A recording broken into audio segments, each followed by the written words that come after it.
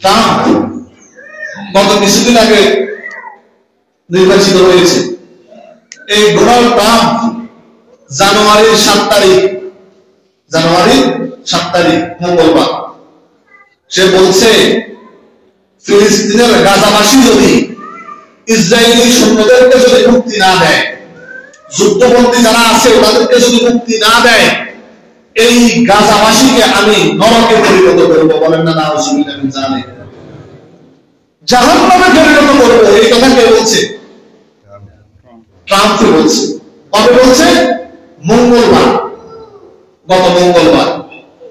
এই ট্রাম্পের শপথ অনুষ্ঠান এখনো হয় নাই। শপথ অনুষ্ঠান হবে 20 তারিখে, এই মাসের 20 তারিখে, জানুয়ারির 20 তারিখে তার শপথ গ্রহণ।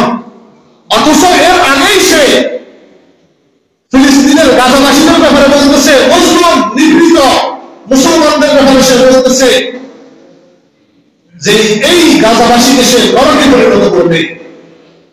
আল্লাহ তাআলা বলেন, ইন্না বাতুশা রাব্বিকা লাশাদীদ। ট্রাম্প, তুমি ঘোষণা দিয়েছ গাজাবাসীকে নরকে পরিণত করবে, অথচ আমি রবের ধরা, মজবুত ধরা, আমিও তোমাকে ধরবো, এমন ভাবে ধরবো তখন তোমাকে কেউ বাঁচাতে পারবে না। ক্যালিফোর্নিয়া আমেরিকার অঙ্গরাজ্যের মধ্যে বড় একটা অঙ্গরাজ্য, বৃহত্তম অঙ্গরাজ্যের মধ্যে 3য় নম্বরে অবস্থান হলো কি? ক্যালিফোর্নিয়া। এই ক্যালিফোর্নিয়াতে গত 2 দিন আগ থেকে দাবানো লাগুনার আগুন, এমন আগুন পরিস্থিতিও দেখে নাই।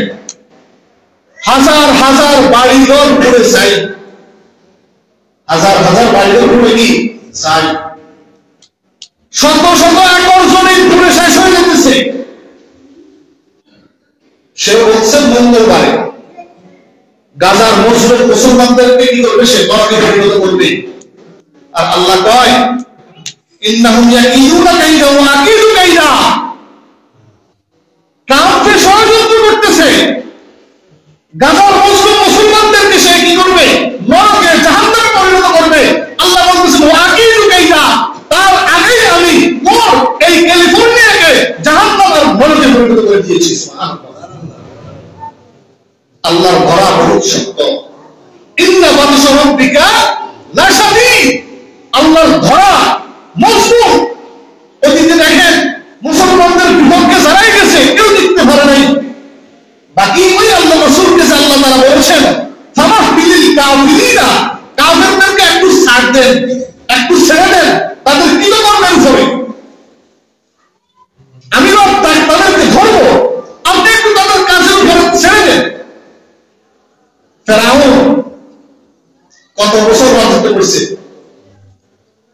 400 বছর পর্যন্ত। কত বছর? 400 বছর পর্যন্ত ফেরাউন রাজত্ব করছে। ফেরাউনের রাজত্ব আছে না এখন?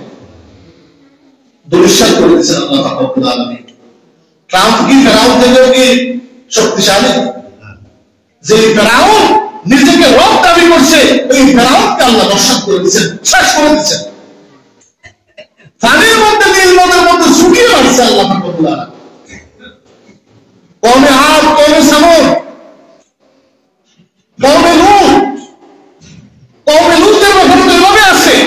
এদেরকে আল্লাহ রাব্বুল আলামিন পুরোপুরি দিয়ে দিয়েছেন, উল্টিয়ে দিয়েছেন। তাদের এই জমিন তাদেরকে উল্টিয়ে দিয়েছেন।